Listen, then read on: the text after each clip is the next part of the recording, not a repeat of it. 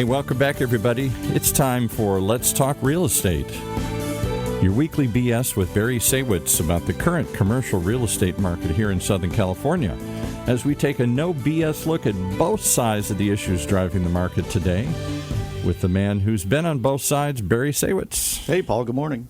We're back here again. We're going to talk some more real estate.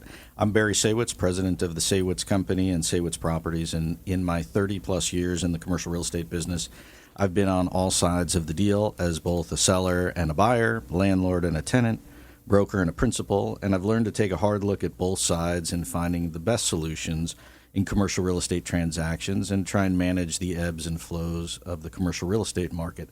And so we are back here today. Today's topic is industrial real estate, one of my favorite sectors of the market, and certainly in today's environment, one of the hottest markets. Before we get going, I want to do today's shout out to all of our military personnel and everyone who serves this country, today being the anniversary of the bombing of Pearl Harbor. We appreciate all of everything that you do to protect us, the police, all of the armed services. So thank you for your efforts. And as always, with me today is Steve Pearson, Executive Vice President, Principal of DAUM Commercial Real Estate, one of the stable commercial real estate brokers in Southern California and on the West Coast.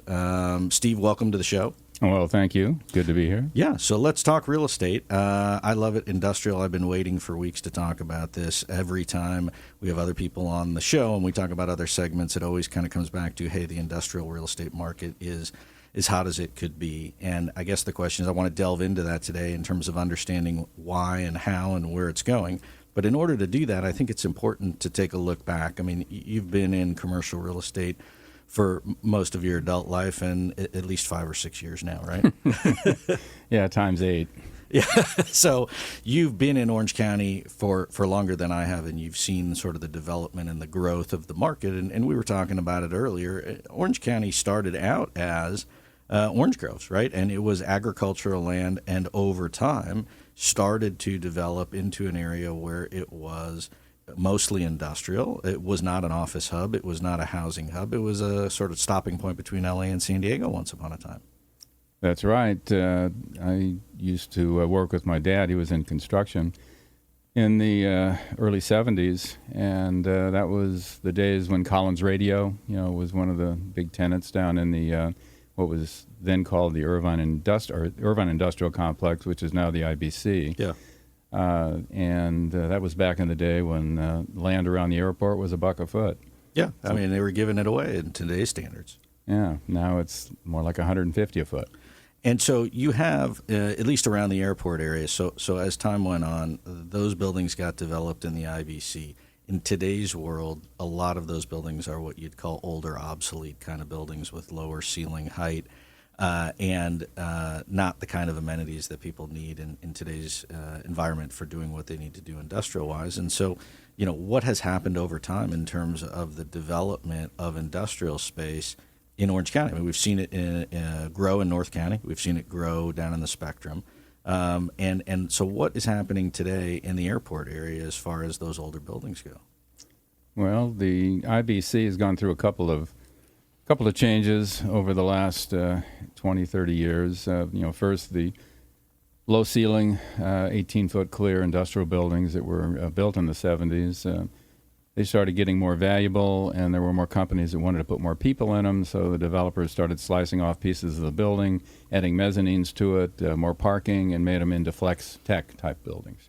Then office started catching on. More companies from LA started wanting to position down around the Orange County airport, so a lot of those industrial buildings got torn down for office buildings.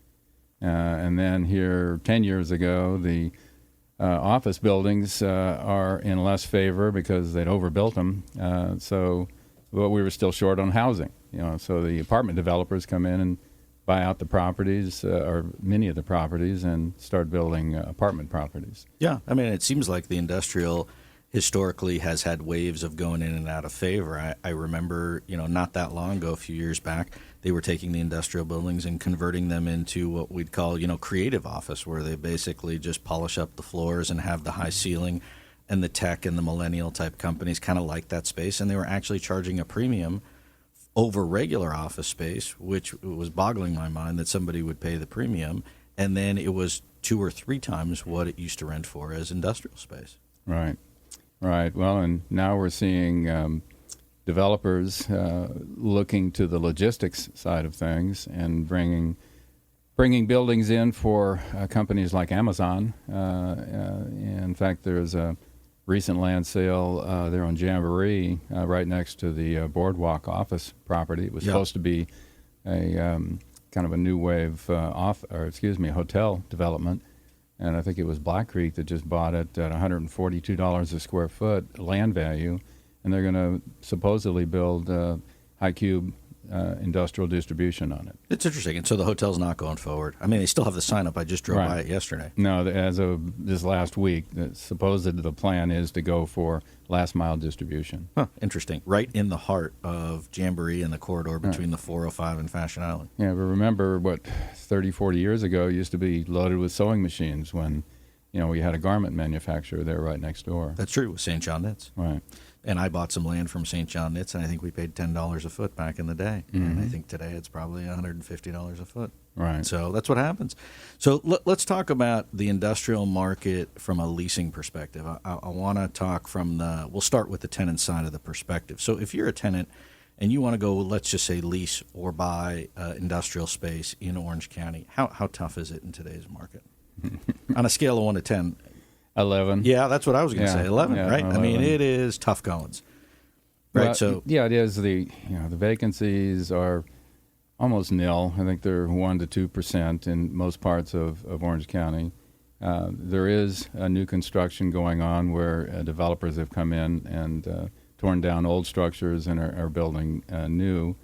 In fact, many of those aren't even priced because there's been such an inflation in lease values in industrial properties, particularly in Orange County, that I think the developers figure they're not going to put a price on it until they have a CO, until a certificate of occupancy, and they're ready to take on a tenant. Or I guess, my favorite rental rate of all, they say, well, people always ask me, well, what's the market for this? And I say, well, it's the most popular rent there is. It's called withheld, right? And so they don't give you the rate until you tell them that you like the building and who you are. And then there's a range of what I was thinking, and I'll give you a number once you tell me you like it. If you were a developer, would you do it any differently? I mean, we've got inflation at, 6% right now nationally? And I would argue in the real estate side of things, industrially, it's probably in the mid-teens on annual inflation. And what you're seeing, I'm curious your take on it, but at least what we're seeing on our brokerage side of things is each deal is more expensive than the last deal. And so pick a number, if the rent was $1 a square foot, tomorrow's rent is $1.05. And it's not slow moving, and there's really no rhyme or reason to it. And part of it is just testing the market because there really is nothing to compete with or compare to. And it's really just a function of how badly somebody needs the space and what they'll pay. Are you seeing that out in the trenches with your guys? Yes, for the most part, it's supply demand, it's labor location, and it's where that particular user has to go for its product and where its employees live. I mean, if that's tied him into Orange County, he's going to pay whatever he has to pay to stay in Orange County. Now there are more and more taking looks outside. Used to be you could almost save half by going into the Inland Empire, but then you pick up a commute, but maybe you're closer to your employment base. But now those prices have gone up quite a bit. We're seeing 80, 90 cent rents on industrial boxes in the Inland Empire versus $1.25, $1.50 rents. These are monthly per square foot in Orange County. And even more than that in Los Angeles. Right. Yes. So, I agree with you 100%. And then the issue, too, is that if I'm a tenant and I have yesterday's rent where I signed a lease 5 years ago and that lease is now coming up, 5 years ago, I might have signed a lease at 60 or 70 cents a square foot, and that lease would have had some annual increase that went up, percentage-wise each year. But today, at the end of my lease, I might be at 75 cents a square foot, and now you're telling me the Inland Empire is 80 or 90, or if I want to stay put where I'm at, I'm going to pay $1 to $1.50, depending upon where the market is. And so either way, I'm looking at a price increase. Either way, I'm looking at hit to my bottom line, and then to downgrade to go to an inferior location where my employees have to drive, I have to drive, somebody has to deal with traffic, I have inefficiencies, and I have to move, and I have the disruption of it. I'm paying more money and getting less, or I'm paying even more money and just stand put. All of that's true, but remember, we're in a high demand for employees right now. COVID kind of knocked the blocks off of a steady job growth out there, and it's changed the rules on who works from home and who works back in the office. And industrially, a lot of, particularly the manufacturers in Orange County, very concerned that if they relocated outside of their current area, that they would lose the attractiveness of the engineers or of the welders or of the technically trained employees that they have. And remember, typically facilities cost roughly 5% of the overall expenses for a company. And I think we've probably they're going to have to do the math. They're going to say, okay, if I'm going to grow, do I take those risks of making the change to get a larger space, to pay more rent, to get more business? Am I going to get more business out of that? Or am I turning away business? Well, and certainly from the manufacturer standpoint, I can't afford to be down, right? I can't afford. Right. I'm already backed up in many cases with COVID and supply chain issues. And I agree. I mean, we hear it all the time, which is, hey, there's no way I can move. And so then your fallback is to, well, then I guess you're just going to have to pay whatever the best deal is you can negotiate for yourself and stay put.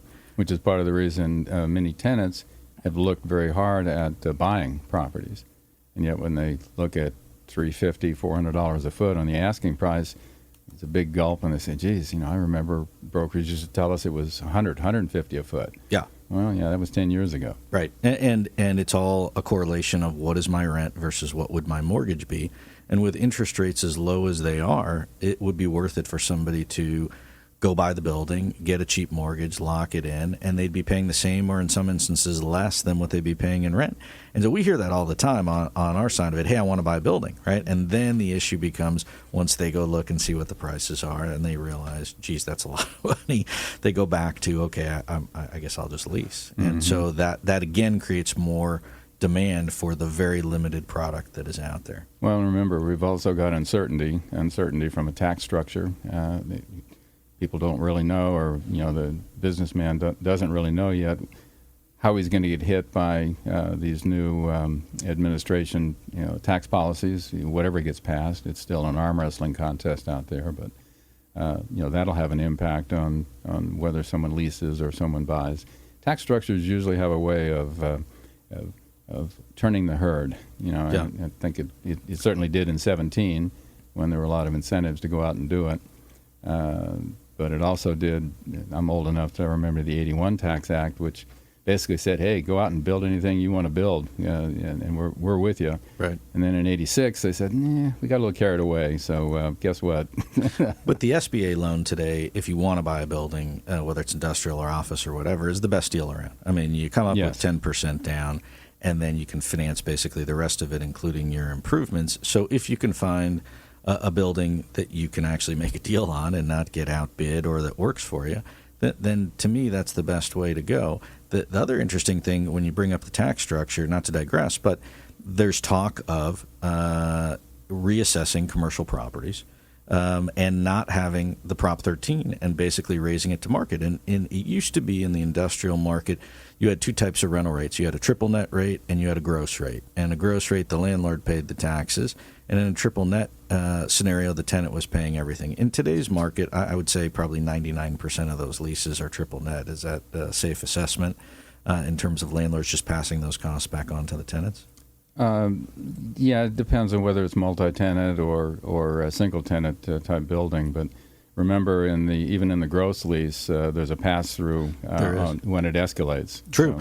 And so if you take away that Prop 13, what that basically means to the guy or the gal who is renting, right, that the landlord is going to get his taxes raised by the government, and the landlord is just going to pass it right back through to you. No different than if the landlord sold the property tomorrow at a really expensive price, based on your rent or other tenants' rents in the project, and then cashed out, and then the new person comes along and says, here's the new tax price, your rent just went up.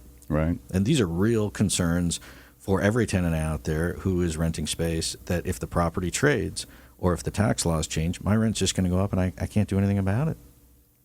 And then you have those 100 ships that are sitting offshore. Sure, with all my holiday presents on them, right, and everybody else's. And so you add to those kinds of things, and it makes it very difficult. So when you're so back to the tenant side of things, let's talk about term of lease for a second, and I want to talk about both sides. Number one, on the tenant side, my one logic would be, hey, I have all this uncertainty. The market is hot. Maybe I should just do a short-term lease, and the market will cool off, and I can make a better deal later on. From the landlord's perspective, he might also think he wants to do a short-term lease, because if he believes the market is going to continue to increase, then he would come back and get another bite at the apple and raise it even more. Are you seeing more leases structured in the short term, or is the landlord saying, no, I'm only going to do a long-term lease because I know the market's hot and I just want to lock it in and be done? We're seeing really both. I think on some of the smaller buildings, the 5 to 20,000 square foot buildings, 3 to 5 years is still kind of the average lease term. But on some of the larger spaces, we're certainly seeing 10 and in some cases 20-year leases because the limited supply of space, and tenant, particularly if they're in the logistics business, is very aggressive and wants to make sure that they've got a home for many years to come. Well, and think about it. If I signed a 10-year lease 5 years ago versus the 5-year lease, right, my lease would be coming up and I'd be getting a 30, 40, 50% increase in rent, versus had I just locked it in, I would have been getting a 2 or 3% increase and would be much happier with that. But who knew, right? Hindsight's 50-50. Right, right. So, so on the investment side of things, if I want to go buy a building as an owner-user, or I want to buy a building as an investor, equally as difficult as if I'm a tenant. True? Yes. Yes, it is. Investors, when we can find a building for them, are willing to take between a 3.5 and 4.5 cap on the income on the property. And we've seen prices on those buildings that an investor would buy be in the $300 to $400 a square foot price range, which in some instances is more than an office building. Actually, yes, you're right, because you're seeing office buildings trade in the $300 to $400 category. But remember, an office building has a great deal more CapEx in it. Every time you turn over a tenant, you've got, what's tenant improvement today? $150 a square foot to build out. If you can even get the materials off the ship that's out in the sea. It'd take you 12 to 18 months to get the materials to do it. Right. So. And the other thing is, rents in office space are obviously more per square foot just on the face. Maybe it's $2 versus $1. It sounds like the office rent is double. Sounds like, an office building should be worth more. But in office rent, for those listeners and viewers out there that don't understand typical structure of rents, in an office rent, normally you would pay one rent, and that would include the taxes and all the other expenses. The landlord then has to pay all of those expenses. So his net rent, if he was getting $2, he might only be getting $1. Versus in industrial, if I pass those costs on to the tenant, then the rent really goes in my pocket or pays the mortgage or combination of the two. It might work out to the same, which gets back to why it might cost the same to buy it at the end of the day. Right. Well, I've seen several office buildings over the last 10 years trade for less than what they sold for 10 years ago. So yeah. And I'm sure there's an analyst a lot smarter than me that has figured out a way that fits in the portfolio, and they're going to make money on it. But if somebody asked you, hey, industrial buildings will trade at a 3 cap or 3.5 cap a couple of years ago, or even a year ago in the middle of COVID when everything was locked down, you'd probably tell them you're crazy.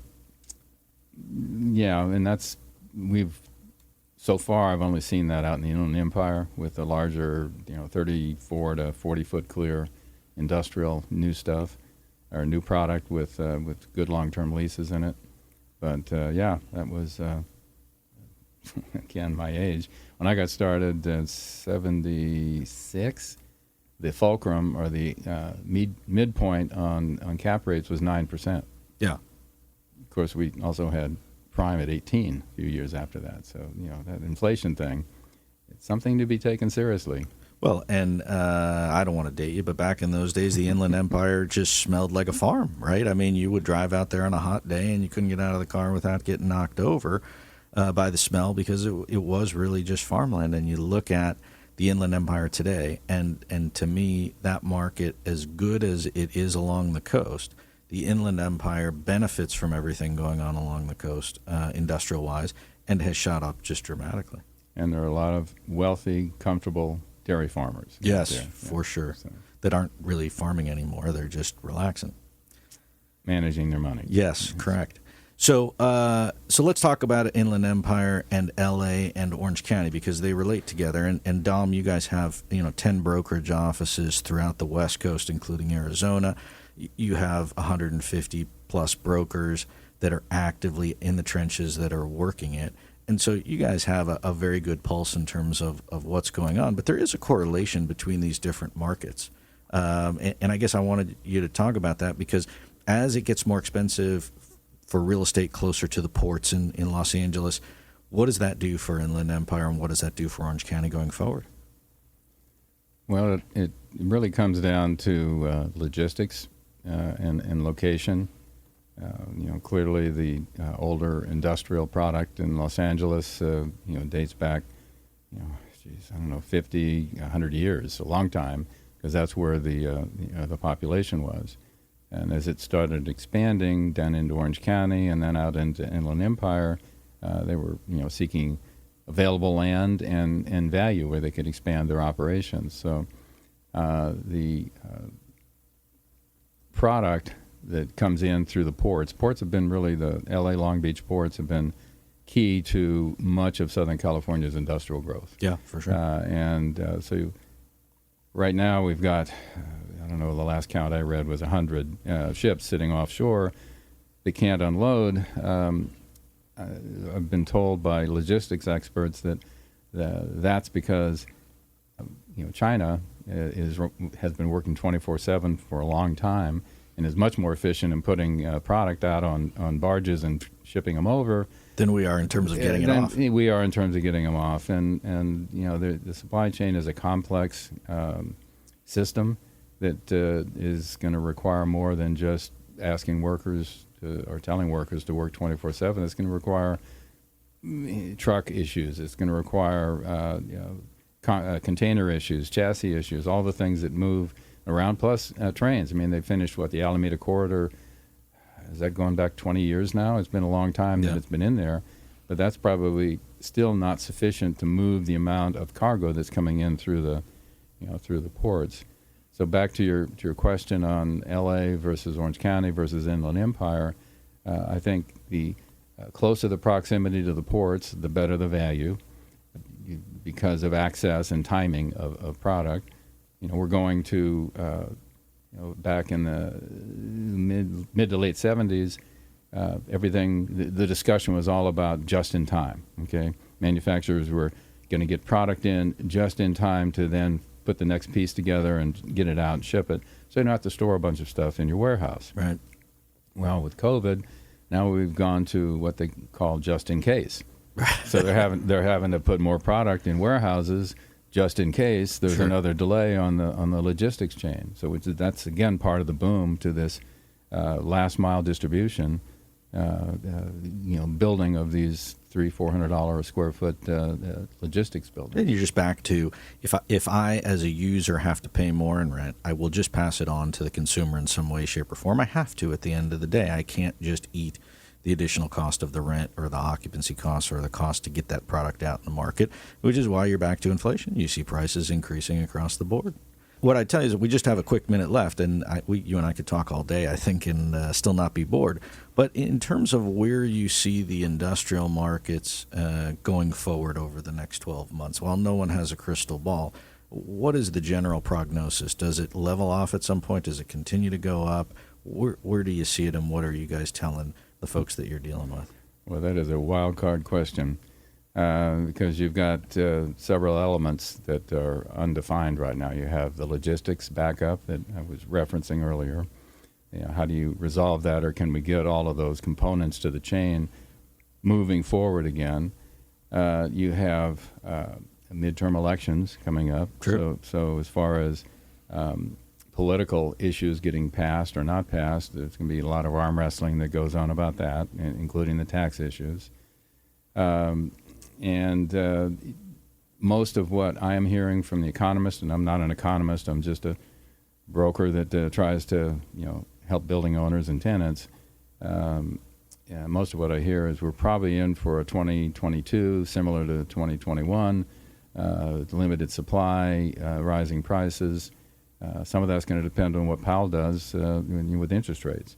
Yeah. Does he do the quantitative easing, start backing off of that, and go into start raising interest rates by a quarter point? And it would be difficult. It is difficult for me as a non-economist to answer that question directly, but I think all of those components play into that answer. For sure. And then you're still back to the simple math of supply and demand. Right. And if there is no supply, prices theoretically would go up. And even if they don't go up, I'm just going to have a tough time finding space, period. And that, I think, is the challenge that we're living with today. And at least from our perspective, I'm curious your thought. I think that's going to continue. Well, and there's one more wild card we haven't talked about, and that's technology. I mean, we have labor issues right now, but every time costs get up, technology comes in and eliminates jobs. Yeah. So I'm thinking we may save that for another show, 'cause that's a whole other thing. But I'll tell you what, I think we're going to leave it there. I think on the industrial side of things, if you need space and you are a tenant, you need to get out there and you need to make it happen, and you're going to have a difficult time, and you need to understand that. You just need to take the cards that you're dealt with. If you own industrial buildings and you are an owner or investor of industrial buildings, you'll be doing pretty well here for the short term. And it's always interesting to talk about the dynamics of the market and how the overall economy plays into it. Steve, I appreciate you coming on the show and sharing your thoughts and your insights and your history in doing this. It's been a pleasure. Well, it's been a pleasure sharing those with you, Barry, and hopefully those people that need things will call one of the two of us. Yes, and so much continued success to you and your company, and all the best for happy holidays and a prosperous new year.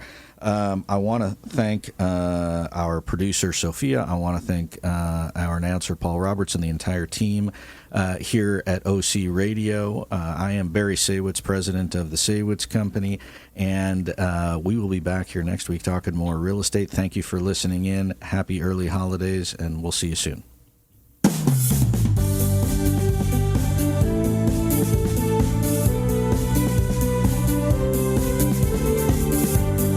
There you have it. You've been listening to Let's Talk Real Estate, your weekly BS with Barry Saywitz about the current state of the real commercial real estate market right here in Southern California. On Orange County's only community radio station, OC Talk Radio, streaming live from our studio here at the University of California Irvine's Beale Applied Innovation Center.